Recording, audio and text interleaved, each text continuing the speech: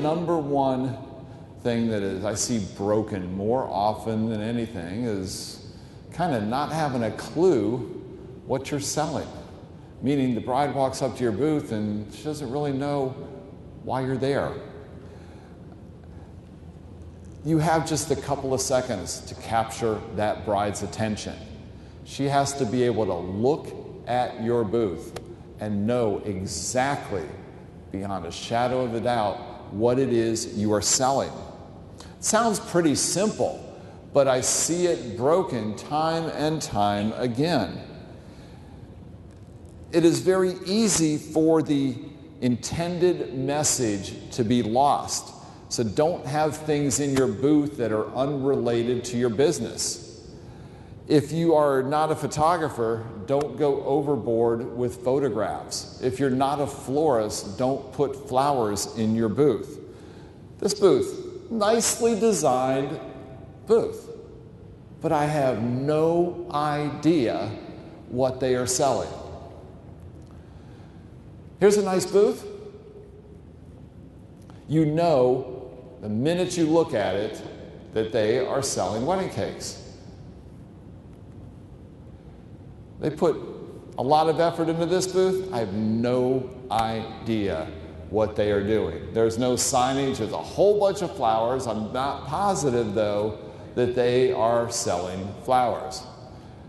These folks, you know what they are doing. They've got a great company name, and they have a display of flowers. You know what they sell. Same thing here. Also a florist, much simpler booth design, but very effective. You know what they're doing. A lot of effort went into this booth, but you have no idea what it is. There's a little tiny sign there that I had to pixelate out, because whenever I say bad things about them, I can't tell you who they are. I don't want to get sued. And you laugh. I spoke at, who's been to Wedding MBA? Anybody? 2 years ago, I did the keynote at Wedding MBA. And remember that picture I showed earlier about the really bad DJ with all the wires and stuff? I had a different picture in that spot. And it was just a basic, boring DJ picture that I found, by the way, on a Google Images search for bad wedding DJ. And put that picture up there in my presentation, and damn if that guy was not in the audience.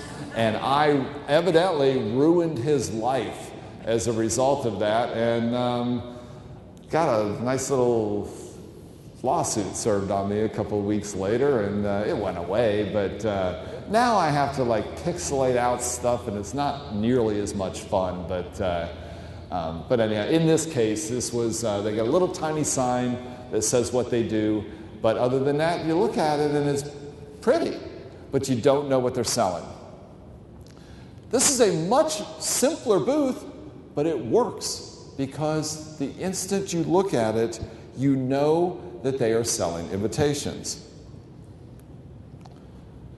All right, these folks, wine shop at home. It's like you order wine at home and it's shipped to you. They do sort of like Tupperware parties for wine. Can't you tell by the 2 bottles of wine on the table and all of this other stuff that has nothing to do with wine?